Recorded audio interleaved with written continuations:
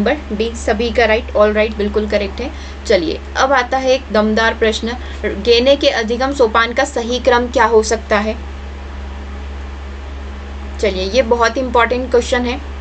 Robert M गेने का ये अधिगम से संबंधित सिद्धांत है ना। अब इन्होंने कितने प्रकार के अधिगम बताए हैं, कितनी स्टेप्स बताई है वो आप बताएंगे और सही स्टेप्स का क्रम आप अरेंज करेंगे। सबसे पहले नियम अधिगम आता है, फिर संप्रत्यय अधिगम आता है, फिर समस्या समाधान अधिगम आता है।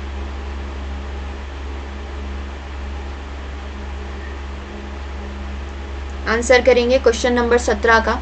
या पहले संप्रत्यय की बात हो जाती है, फिर समस्या की बात होती है, फिर नियम की बात होती है।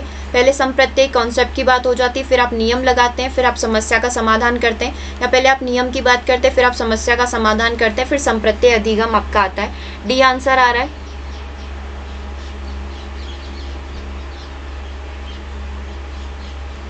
सी आंसर आ रहा है, ए भी आ रहा है। टीचिंग मॉडल का पीडीएफ तो आपको मिल चुका है, एक बार से देखेंगे आपको टीचिंग मॉडल का पीडीएफ आ गया है, शेयर कर दिया गया था। सी को लॉक कर दें ऐसा। अच्छा, आपको ये मान लो रॉबर्ट एम गेने की थ्योरी याद नहीं आ रही है, जो कि उनके द्वारा 8 स्टेप दिए गए थे। मान लो जल्दी जल्दी में हम लोग एग्जाम में पढ़ना भूल गए, फिर भी एक लॉजिक आप लगा सकते थे। इन सभी नामों में आप एक ऐसा नाम पढ़ो जो कि लास्ट स्टेप होता है, उसमें सबसे लास्ट स्टेप होती है किसी भी प्रॉब्लम को जब आप सॉल्व करते हैं, जब एक फाइनल कंक्लूजन निकालते हैं, जब आप किसी भी समस्या का समाधान करते हैं, तो वो आपकी आखिरी स्टेप होनी चाहिए। अब यदि आपने ऑप्शन 1 को पढ़ा था तो आपने ऑप्शन 1 में देखा कि पहले आपने नियम बनाए, उसके बाद आपने उस कॉन्सेप्ट को समझा और फिर आखिरी में समस्या का समाधान कर दिया। ठीक है, अब इसमें दिया हुआ है आपने संप्रत्यय अधिगम लिया, फिर आपने समस्या का समाधान किया और फिर नियम बनाए। तो समस्या के समाधान करने के बाद तो नियम की जरूरत है ही नहीं, पहले आपके पास नियम होने चाहिए, उसके बाद ही तो नियमों के आधार पर आप लोग जो है समस्या का समाधान करेंगे। राइट, तीसरे ऑप्शन में देखो कि आपने सबसे पहले उस कॉन्सेप्ट को समझा। ठीक है, उस कॉन्सेप्ट को देखते हुए आपने अपने नियमों की रचना करी, उस नियम की रचना के आधार पर आपने उन समस्या का समाधान किया। डेफिनेटली ऑप्शन नंबर सी आपका बिल्कुल करेक्ट होगा। सबसे पहले आप नियम बनाते हैं, फिर समस्या का समाधान करते हैं, फिर कॉन्सेप्ट को बनाते हैं, बिल्कुल ही गलत है। तो आपको एक हिंट तो यहाँ पर मिल जाती कि समस्या का समाधान सबसे आखिरी में होता, या तो ऑप्शन ए करेक्ट हो सकता था या फिर ऑप्शन नंबर सी करेक्ट होता है।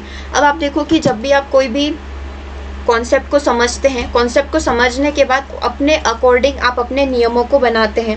राइट, तो संप्रत्यय का निर्माण आप पहले करते हैं, उसके बाद आप नियम बनाते हैं और उसके बाद आप क्या करते हैं, समस्या का समाधान करते हैं। टोटल 8 प्रकार जो है रॉबर्ट एम गेने के द्वारा यहाँ पर दिए गए, टोटल 8 स्टेप हम लोग बोल सकते हैं। अब वो 8 स्टेप कौन कौन सी है यहाँ पर आप देख लीजिए। ठीक है, ये हिंदी और इंग्लिश दोनों में दिया गया है। ठीक है, रॉबर्ट एम गेने के द्वारा दिया गया है। ये इंग्लिश वाले यहाँ से देखेंगे 1 से लेकर 8 तक, और हिंदी वाले मेरे साथ नीचे से लेकर ऊपर तक पढ़ेंगे। ठीक है, सबसे पहला है संकेत अधिगम, यानी कि सिग्नल लर्निंग। सबसे पहले आप संकेतों के माध्यम से चीज़ों को समझने की कोशिश करते हैं। ठीक है, अभी तक आपके पास कुछ नहीं है, आपके सामने जो चीज़ें रखी हुई है ना, जस्ट आप उनको देखकर अपने माइंड में एक स्कीमा डेवलप करते हैं। तो सबसे पहली चीज़ हमारी संकेत अधिगम होती है। दूसरा होता है स्टिमुलस रिस्पॉन्स थ्योरी। दिख रहा है ना, मैं आगे तो नहीं आ रही हूँ, चलो अच्छे से दिख जाएगा, मेरे पीछे लिखा हुआ है उद्दीपक अनुक्रिया अधिगम, यानी कि स्टिमुलस रिस्पॉन्स लर्निंग। तीसरा होता है आपने जब स्टिमुलस को देखा, यानी आपने उद्दीपक को देखा, उसके प्रति आपने अनुक्रिया प्रदर्शित करी। लाइक आप ये यहाँ पर देख सकते हैं डॉग वाली कंडीशन को। डॉग वाली कंडीशन में क्या होता है कि डॉग क्या करता है, खाने को देखकर लार जनरेट करता है। ठीक है, पहली स्टेप में उसने सिर्फ खाने को देखा, घंटी को देखकर उसने क्या कर ली, फिर दूसरी बार घंटी को देखा, फिर लार जनरेट कर ली, फिर आगे देखा लार जनरेट होती रही। तो यहाँ पर जैसे जैसे स्टिमुलस दिया जाएगा, रिस्पॉन्स वहाँ पर जनरेट होता जाएगा। इस तरीके से क्या होगा, वो पूरी एक चेन बन जाएगी। जब आप ये कंटिन्यू करते रहेंगे तो इस तरीके से ये पूरी चेन बन जाती है। फिर आप क्या करते हैं, जब आपका पूरा चेन बन जाता है तो फिर आप शब्दों के माध्यम से, यानी कि वर्बल एसोसिएशन करना स्टार्ट कर देते हैं। शाब्दिक साहचर्य अधिगम आपका हो जाता है। फिर आप उनके अंदर डिस्क्रिमिनेशन बोल सकते हैं, या फिर बोल सकते हैं ना कि डिफरेंस करना सीख जाते हैं, विभेदीकरण करना हम लोग सीख जाते हैं।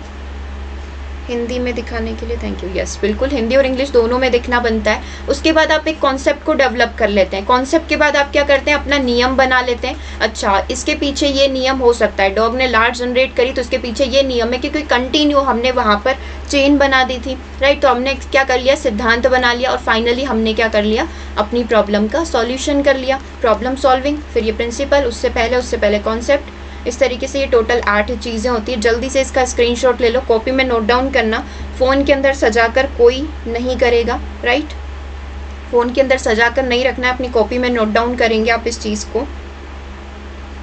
लिख लिया है? हाँ, समस्या उच्च लेवल पर होती है, प्रॉब्लम सॉल्विंग आपका फाइनल स्टेप होता है। टाइप करने में देर होगी, बिल्कुल आपने सारी चीज़ें सही लिखी है। चलिए आगे बढ़ें, अगले प्रश्न पर मूव करें। देख लीजिए एक बार और। Signal learning, stimulus response, चैनिंग, verbal association, multiple discrimination, concept learning, problem learning और प्रॉब्लम प्रिंसिपल लर्निंग और प्रॉब्लम सॉल्विंग। आपको याद आ रहा होगा जब अब हम लोग ना एक बार ग्रेड 2 का पेपर सॉल्व कर रहे थे ना, तो उसमें यह पूछा गया था कि शब्द साहचर्य अधिगम के बाद कौन सी स्टेप आती है। मतलब आपको ये स्टेप बाय स्टेप चीज़ें भी याद रखनी है कि किसके बाद कौन सी स्टेप आएगी, है ना। चलिए अगले